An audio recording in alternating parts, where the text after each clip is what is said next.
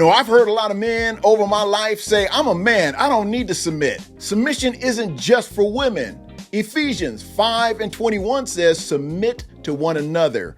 Real men submit to God and walk in unity with their spouse. I think culture has done submission a bad number, right? I think when women in culture hear submission, they think slave, they think you have no rights, they think you have no voice, you have no value, they think doormat, right? Yeah. But biblically speaking, when I hear submission, I think safety. I hear protection. I hear guidance, right? And I will go so far as to say you really don't need submission when you have agreement, right? Submission is only necessary when you don't have agreement. So like we know what the scripture says, wives submit to your husbands. Yeah. But then it tells husbands, love your wife as Christ loves the church. So if a husband is loving his wife the way he's supposed to, right, it will be easier for her to submit to him as the head of the home. But think about this, right? There's one steering wheel in a car, one, right?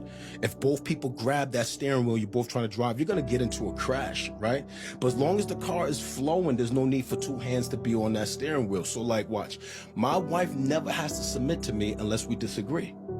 As long as we're in agreement, we're flowing, right? If we're in agreement about how we're managing our budget, we're flowing. How we're dealing with our kids, we're flowing. Where they're going to go to school. The only time submission is really necessary is when the husband and wife disagree. Now, when we have a disagreement, if we go according to the scriptures, the man, the head of the home, he makes a decision. The wife then submits. But that is only necessary when y'all disagree.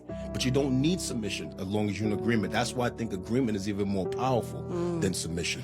And y'all supposed to be submitting to us too? I think so. I think a couple is wise when you learn to submit in the areas where you are the most weakest. Like, so there are areas where my wife is submitted to me, and there's areas where I'm submitted to her. So I'll give you an example, right? When it comes to the spiritual climate of our home, my wife is submitted.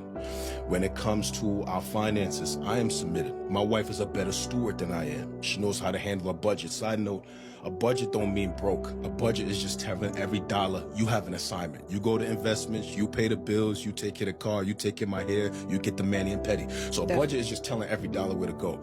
Because my wife is a better steward than I am, I'm submitted to her when it comes to the budget. I'm not going to try to flex on her in that area. You understand what I'm saying? And so I think there needs to be mutual submission. And I think you have to be wise about the areas where you're weak, where your spouse might be smarter than you or wiser than you. If they're smarter or wiser than you and you're not so insecure, you could submit as a man to your wife in a particular area, especially if she's a better leader than you in that area. It's only prideful men refuse to do that, and then you cause unnecessary tension in your home, damage in your home that could be avoided if your pride and your ego wasn't so big. Submission isn't weakness. It's alignment with God's order.